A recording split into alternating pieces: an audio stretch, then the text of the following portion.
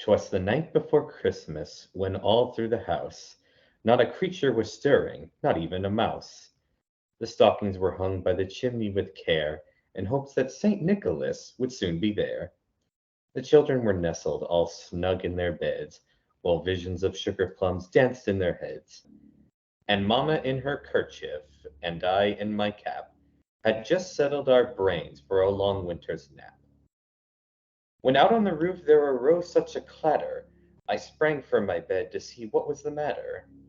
Away to the window I flew like a flash, tore open the shutter, and threw up the sash. The moon on the breast of the new fallen snow gave the lustre of midday to objects below.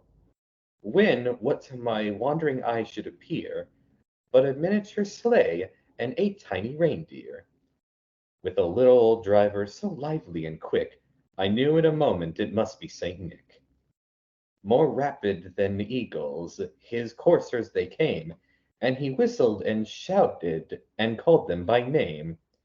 Now Dasher, now Dancer, now Prancer and Vixen, on Comet, on Cupid, on Donner and Blitzen, to the top of the porch, to the top of the wall, now dash away, dash away, dash away all. As dry leaves that before the wild hurricane fly, when they meet with an obstacle, mount to the sky. So up to the housetop the coursers they flew, with the sleigh full of toys, and St. Nicholas too. And then in a twinkling I heard on the roof the prancing and pawing of each little hoof. As I drew in my head and was turning around, down the chimney St. Nicholas came with a bound. He was dressed all in fur from his head to his foot, and his clothes were all tarnished with ashes and soot.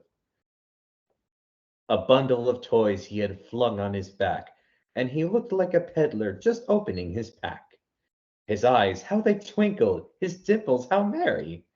His cheeks were like roses, his nose like a cherry.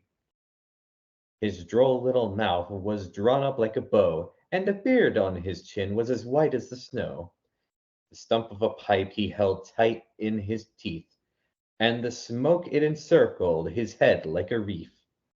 He had a broad face and a little round belly, and shook when he laughed like a bowl full of jelly. He was chubby and plump, a right jolly old elf, and I laughed when I saw him in spite of myself. A wink in his eye and a twist of his head soon gave me to know I had nothing to dread. He spoke not a word, but went straight to his work, and filled all the stockings, then turned with a jerk, and laying his finger aside of his nose, and giving a nod, up the chimney he rose. He sprang to his sleigh, to his team gave a whistle, and away they all flew like the down of a thistle. But I heard him exclaim, ere he drove out of sight, Happy Christmas to all, and to all a good night.